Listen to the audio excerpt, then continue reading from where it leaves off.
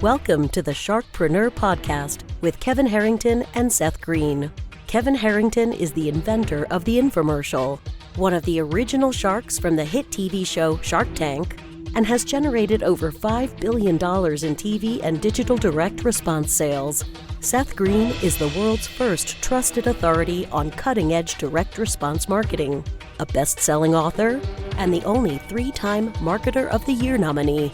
On the podcast, Kevin and Seth interview sharkpreneurs who share straight talk on what it takes to explode your business. 49 faces looked to him in triumph. Over the last 12 months, they had each taken turns and promoted his business for a week at a time, driving over $987,342 in revenue. What if you had a network of 50 centers of influence who promoted your business every week for a year?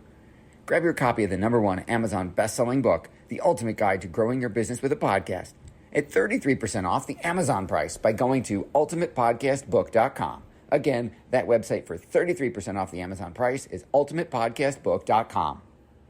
Welcome to the podcast. This is your host, Seth Greene. Today, I've got the good fortune to be with Ryan D. Lee of Wealth Outside of Wall Street and best-selling author of Retire in 10 Years or Less with Robert Allen and Forward by Robert Kiyosaki, two of the biggest names in the game. Ryan, thank you so much for joining us. Seth, what a privilege and what an honor. I appreciate you having me on the show today. It is our privilege. So let's go back in time to 2008. And your discovery of what you felt was wrong with the traditional retirement system. Yeah, man. I mean, that was a big realization for me. I did everything right, quote unquote. I went to school, I got a job. I remember when I got my first job, I realized I don't know if I could do this for the rest of my life. And so I set a goal to retire early. And I figured if you're going to retire early, you better figure out how to work hard, save hard, and hopefully, the market does what the market, I thought would do.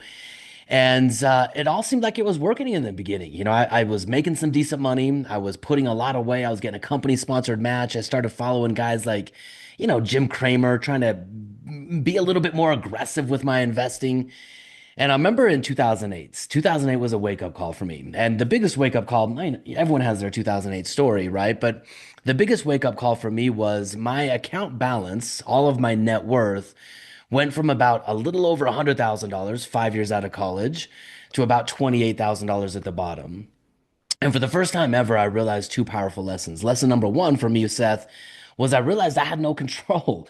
I had no idea why I had been making money in the markets. I had no idea why I was losing money now in the market. And without any control, how could I ever predict or impact the outcome? How could I retire early if I'm just along for a ride? No, lesson number two, I'm now 5 years out of college, and I'd been really making some pretty big trade-offs in my career and in my life to make more money so I could save more money, thinking that when I have enough money, I'll buy my life back and I'll retire early. I was willing to make those trade-offs. But now I'm looking into my future. I was looking at my coworkers. These are people that were 20, 30 years ahead of me. And man, 2008 was devastating for them. I remember people crying. I remember people melting down. And I realized for the first time, that's me. That's me 30 years from now if I don't do something different. And so that's what opened me up to, if I do want to retire early, if I do want to have more control over my life and use money as a tool to do it, it's probably not going to be just follow the herd and hope it works out. I have to figure out the game of money, the rules of money, and be able to play so I could play to win. That makes a lot of sense. And let's talk about that journey. Obviously, we want people to go get the book, Retire in 10 Years or Less. But how did you, quote unquote, figure out the game of money? How'd you figure out a different way? Yeah, man. Probably this is the gateway for a lot of people, right? I mean, the first book that I picked up, this is back in the day when podcasts were still fairly new, right?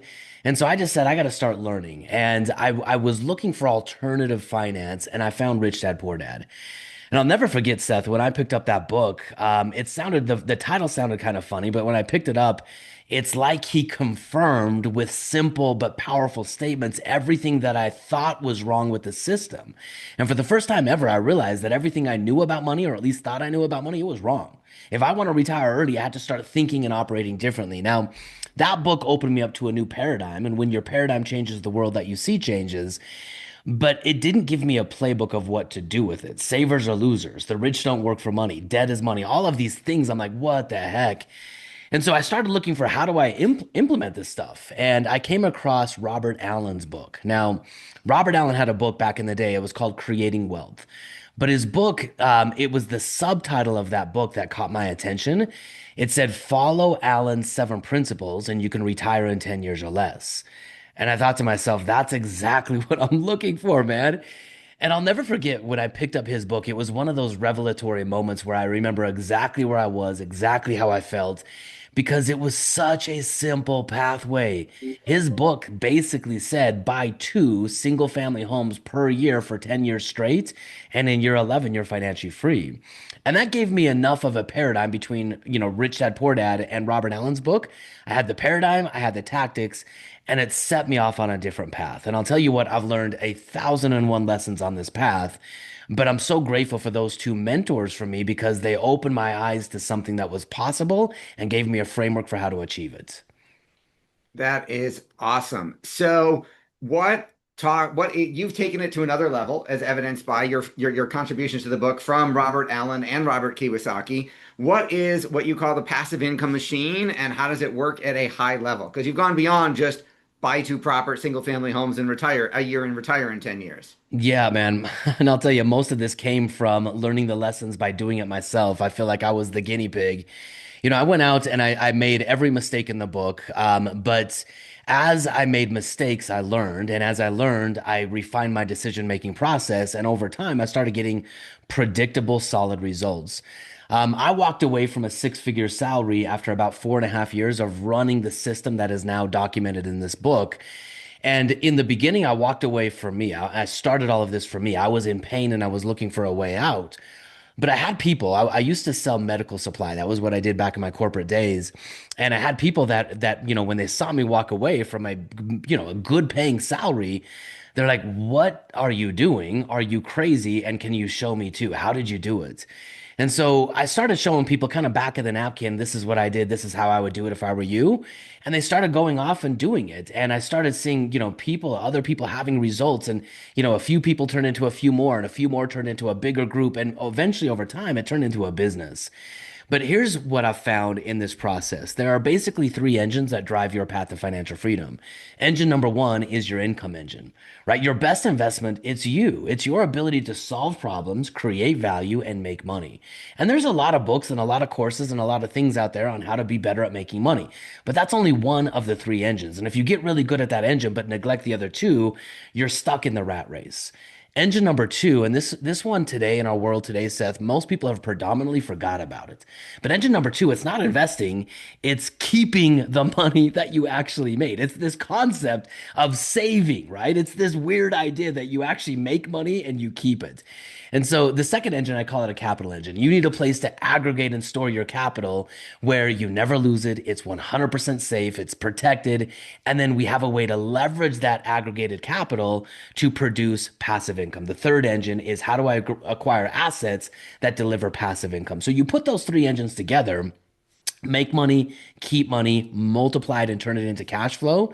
That's the game of financial freedom. And if you're good at one, but not the other 2, you'll always be stuck.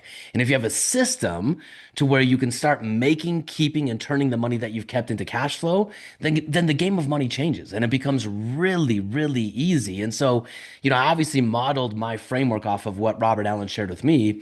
Anyone can do it in 10 years or less with the right system. That is awesome. Why do you think so many high income earners, like maybe the business owners who listen to this show, still feel financially trapped? Man, because so many of the business owners have a job, right? Their business is their job. And look, having a business is the most powerful way to create impact and make money by default. It really is. But if you're not really, really careful, your business will consume you, right? It'll take more hours. There's never an off button.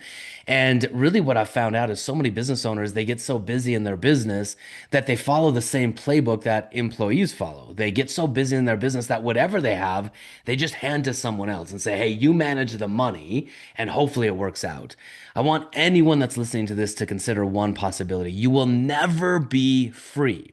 And I'm going to underline that. You will never be free if you hand your money to someone else. Now, you might have a lot of money, But because you don't know how you got it, you don't know how to keep it, and you don't know how to turn it into income, you will always be dependent. And the financial system that we live in today, I believe there's basically two economies. There's the dependency economy, and this is the economy that every single one of us have been raised in. You go to work, you start a business, you get a job, whatever it is, and then whatever excess money you have, you give to someone else and hope they take care of it for you.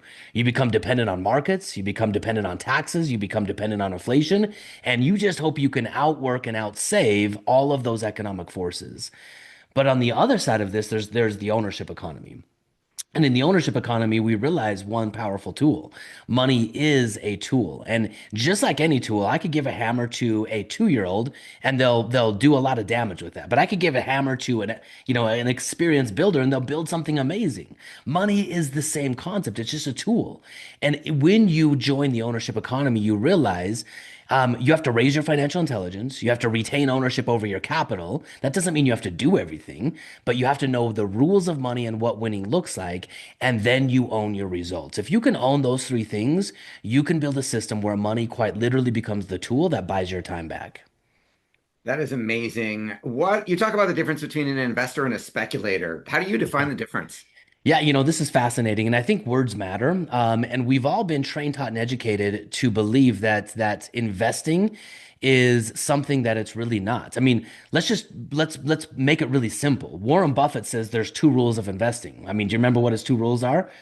Don't lose money and see rule number one. See rule number one. So here's the definition of speculating, and try this word on. Like as you're listening to this podcast, guys, try this word on as it comes out of your mouth and see how comfortable you feel with this. If you have $100,000 today, and that $100,000 represents a lot of hard work, sweat, equity, all the things that you've had to do to get it, and it's the tool that you're hoping will be the accelerator to retiring or buying your life back.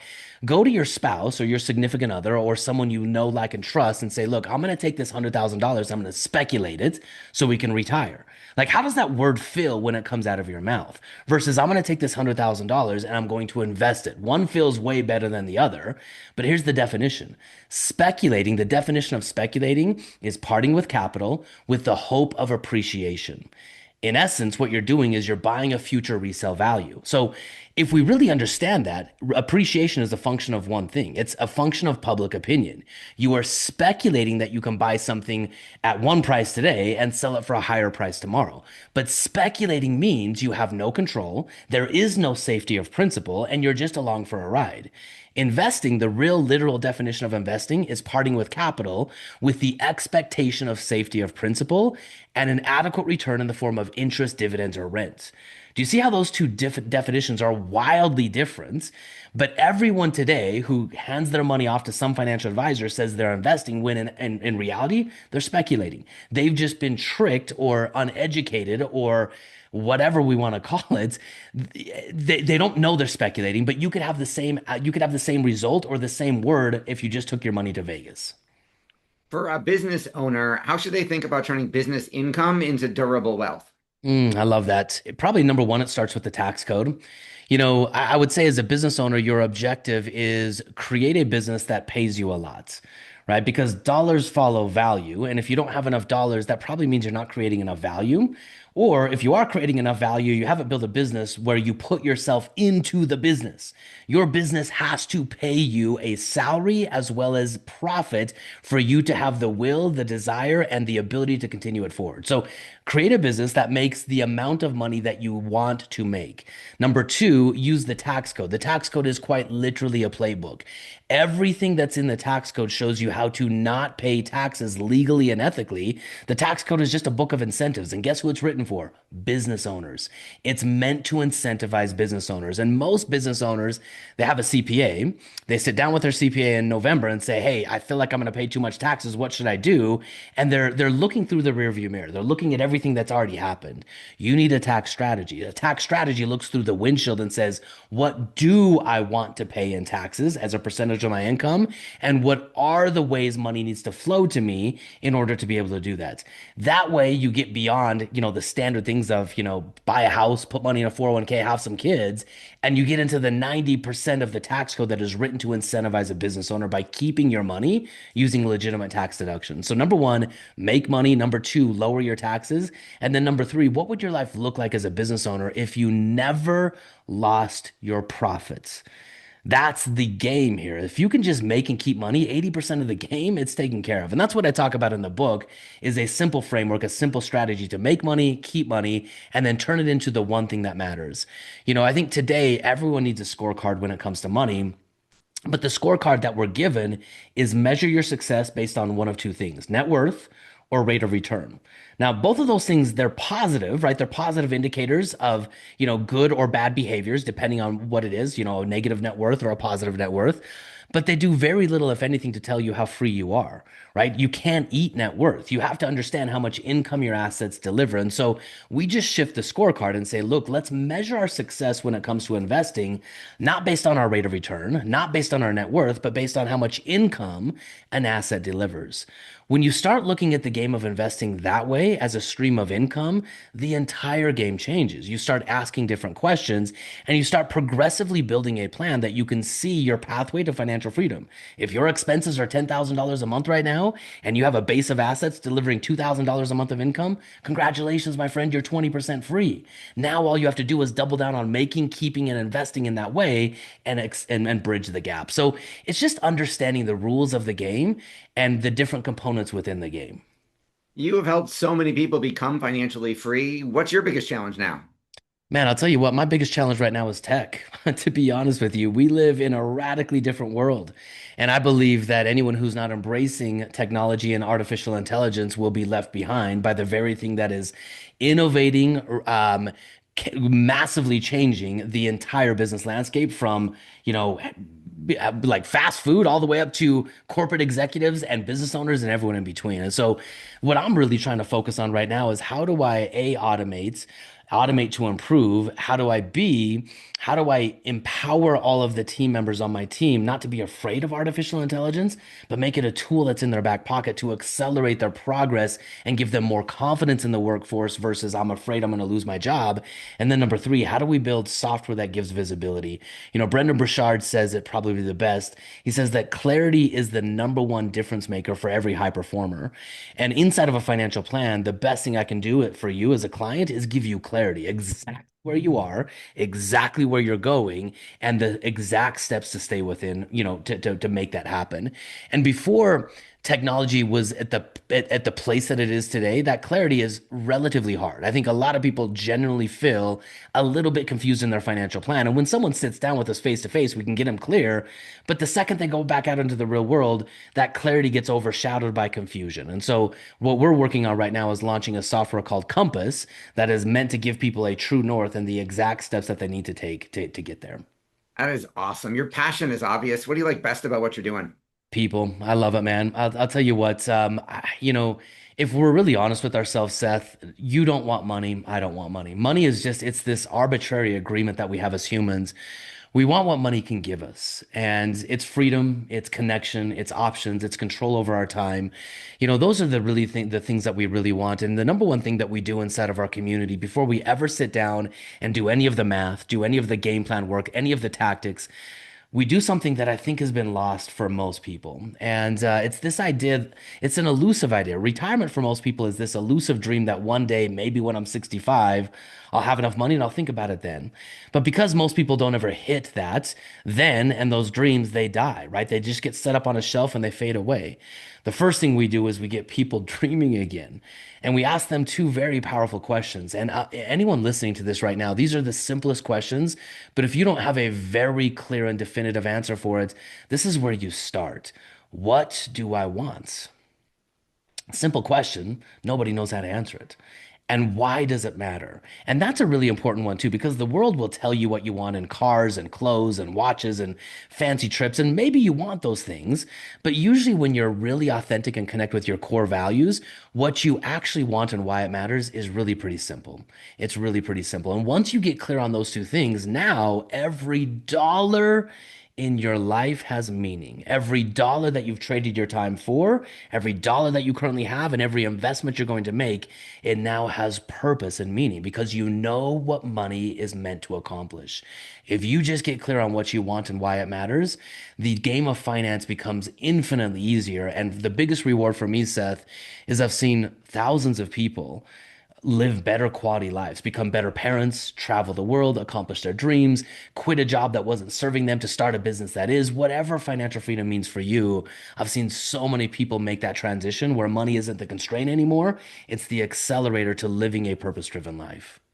Awesome. Well, we know your time is incredibly valuable. We greatly appreciate you spending some of it with us. For our folks who are watching and listening and want to learn more and get the book Retire in 10 Years or Less, where should they go?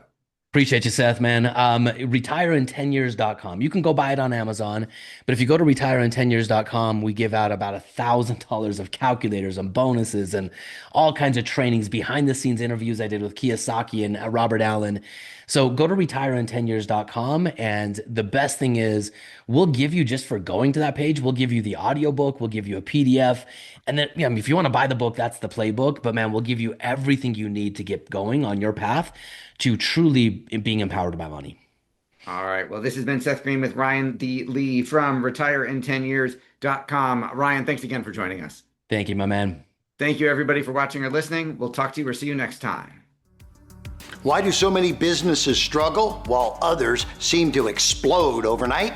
Do you wish you had the secret to this type of exponential growth? Now, I've scaled more than 20 businesses to over $100 million, and it's not just luck.